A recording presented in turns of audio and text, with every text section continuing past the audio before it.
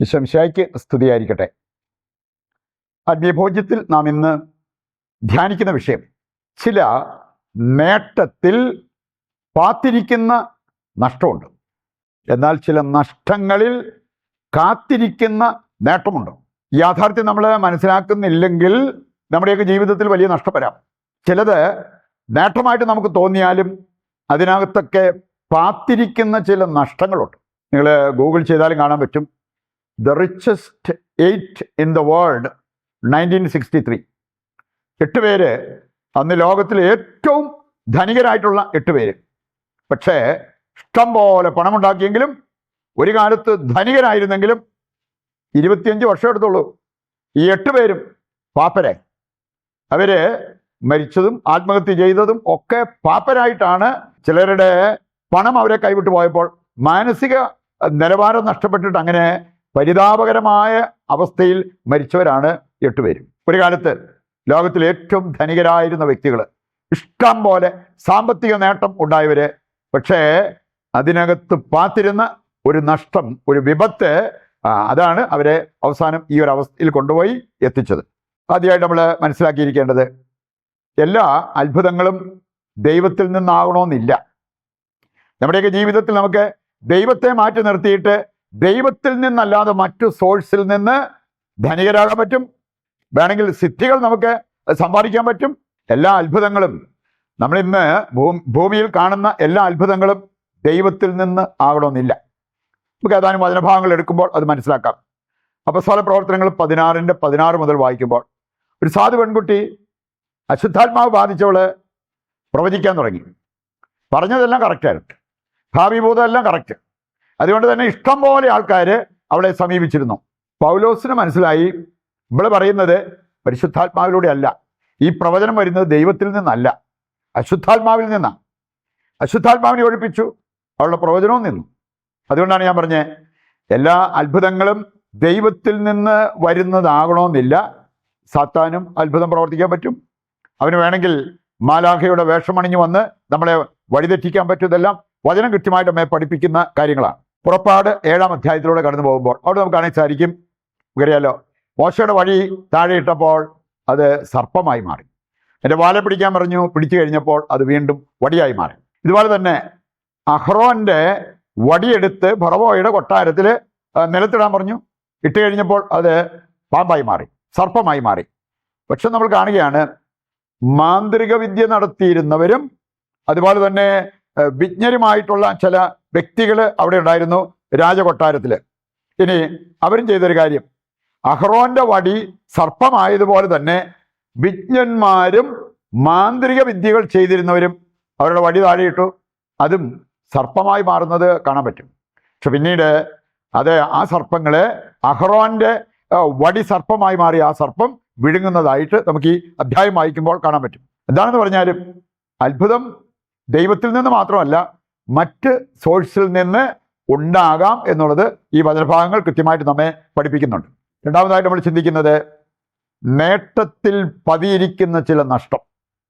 നേട്ടത്തിൽ യെശയ്യാ 47:12 മുതൽ വായിച്ചാൽ അവിടെ പറഞ്ഞിട്ടുണ്ട്, നിനക്ക് വേണമെങ്കിൽ മാന്ത്രിക വിദ്യകൾ, ക്ഷുദ്ര പ്രയോഗങ്ങൾ, ഇവയിലൂടെ നേട്ടമുണ്ടാക്കാം, താൽക്കാലികമായ നേട്ടങ്ങൾ നിനക്കുണ്ടാകാം. പക്ഷേ അവസാനം നീ കത്തിച്ചാരമാകും, വൈക്കോൽ തുരുമ്പ് പോലെ നീ കത്തിച്ചാരമാകും. അപ്പം അവര് നഷ്ടം ഇതിൽ പതിയിരിക്കുന്നു എന്നുള്ളത് നാം തിരിച്ചറിയണം. തിരിച്ചറിയാത്തവര് ആ ഒരു നഷ്ടത്തിലേക്ക് നടന്നെടുക്കും. ദാനിയേലിന്റെ പുസ്തകം 4-ാം അധ്യായം വായിക്കുമ്പോൾ, നെബൂഖദ്നേസർ ബാബിലോൺ നല്ല മനോഹരമായിട്ട് പണിതുയർത്താൻ സാധിച്ചൊരു വ്യക്തി, അതേക്കുറിച്ചുള്ള വർണ്ണനയും പുകഴ്ത്തി പറയുന്നതും അങ്ങനെയുള്ള കാര്യങ്ങളെല്ലാം ഈ അധ്യായത്തിൽ നമുക്ക് കാണാൻ പറ്റും. അദ്ദേഹം പറഞ്ഞു തീർന്നത്, സ്വർഗത്തിൽ നിന്നൊരു സ്വർഗം കിട്ടും, നെബൂഖദ്നേസർ നിന്റെ രാജ്യം നിന്നെ കൈവിട്ടു പോയിരിക്കുന്നു. ഈ ഒരു നഷ്ടം, ആ നേട്ടത്തിൽ പതിയിരുന്നത് തിരിച്ചറിയാൻ പറ്റാതെ പോയ വ്യക്തിയാണ് നെബൂഖദ്നേസർ. അവസാനം അവൻ്റെ ജീവിതം പരിതാപകരമായി. വീണ്ടും നമ്മൾ കാണുന്നുണ്ട് 1 രാജാക്കന്മാർ 13-14 അധ്യായം എടുക്കുമ്പോൾ, ജെറൊബോവാം അവൻ്റെ കൈ മരവിച്ചപ്പോൾ അവൻ ആവശ്യപ്പെട്ടതനുസരിച്ച് ദൈവപുരുഷൻ പ്രാർത്ഥിച്ചു, അവൻ സൗഖ്യമുണ്ടായി. അവൻ വിചാരിച്ചു ഈ സൗഖ്യത്തോടു കൂടി അവന് എല്ലാമായി കിട്ടി, അവനെല്ലാമായി എന്നവൻ വിചാരിച്ചു, രക്ഷപ്പെട്ടു എന്നവൻ വിചാരിച്ചു. പക്ഷെ 14-ാം അധ്യായത്തിലേക്ക് വരുമ്പോൾ അവനെക്കുറിച്ച് ദൈവം പറയുകയാണ്, ചപ്പു ചവറ് പോലെ ഞാൻ അവനെ കത്തിച്ച് ചാരമാക്കും. അപ്പം അതിനകത്ത് അടങ്ങിയിരുന്ന അല്ലെങ്കിൽ മറഞ്ഞു കിടന്നിരുന്ന ആ വിന അവൻ കാണാതെ പോയി. അതുകൊണ്ടാണ് അവന് കിട്ടിയ അനുഗ്രഹങ്ങൾക്കനുസരിച്ച് ജീവിക്കാതെ കൊണ്ട് അവൻ വീണ്ടും പാപജീവിതത്തിലേക്ക് മടങ്ങിയത്. വീണ്ടും നമ്മൾ കാണുന്നുണ്ട് സാവൂളിൻ്റെ കാര്യം എടുത്താൽ, അവനെ രാജാവാക്കി ഉയർത്തി ഒരുപാട് വിജയങ്ങൾ പല യുദ്ധത്തിലായിട്ട് അവന് നൽകിയതിനെക്കുറിച്ച് നമ്മൾ കാണുന്നുണ്ട് 1 സാമുവേൽ 13-14 അധ്യായങ്ങളിൽ.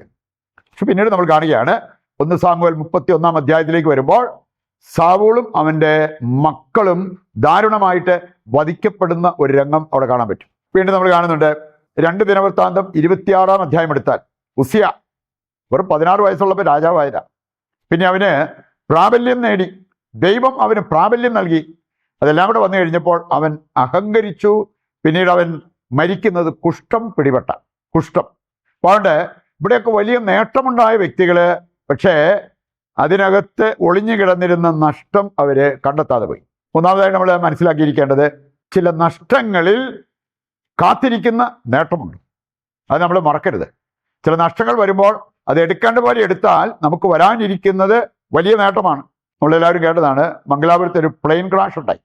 അതിൽ പോകേണ്ടിയിരുന്ന ഒരു ദമ്പതിമാർ എയർപോർട്ടിൽ വന്നപ്പോൾ ലേറ്റായിപ്പോയി.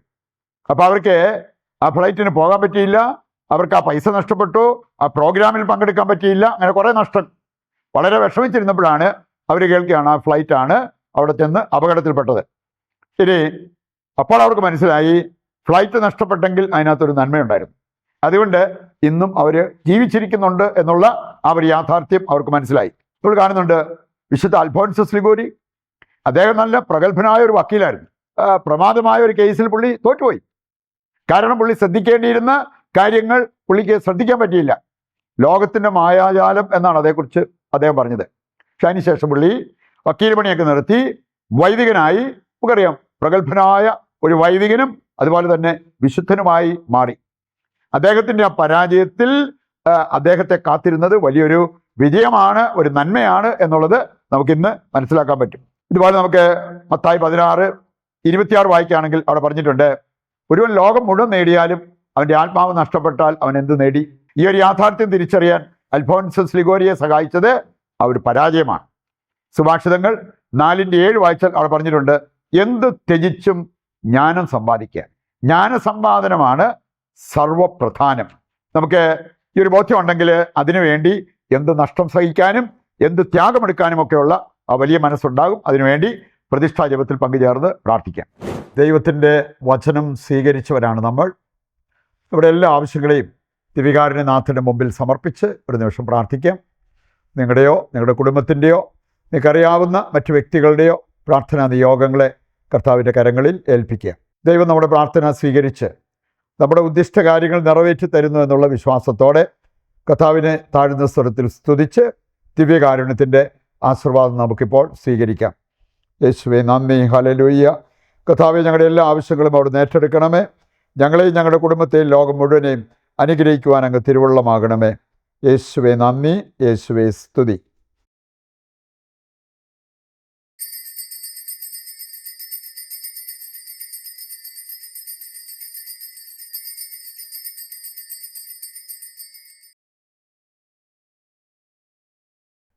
ഈശോ മിശിഹായ്ക്ക് സ്തുതിയായിരിക്കട്ടെ.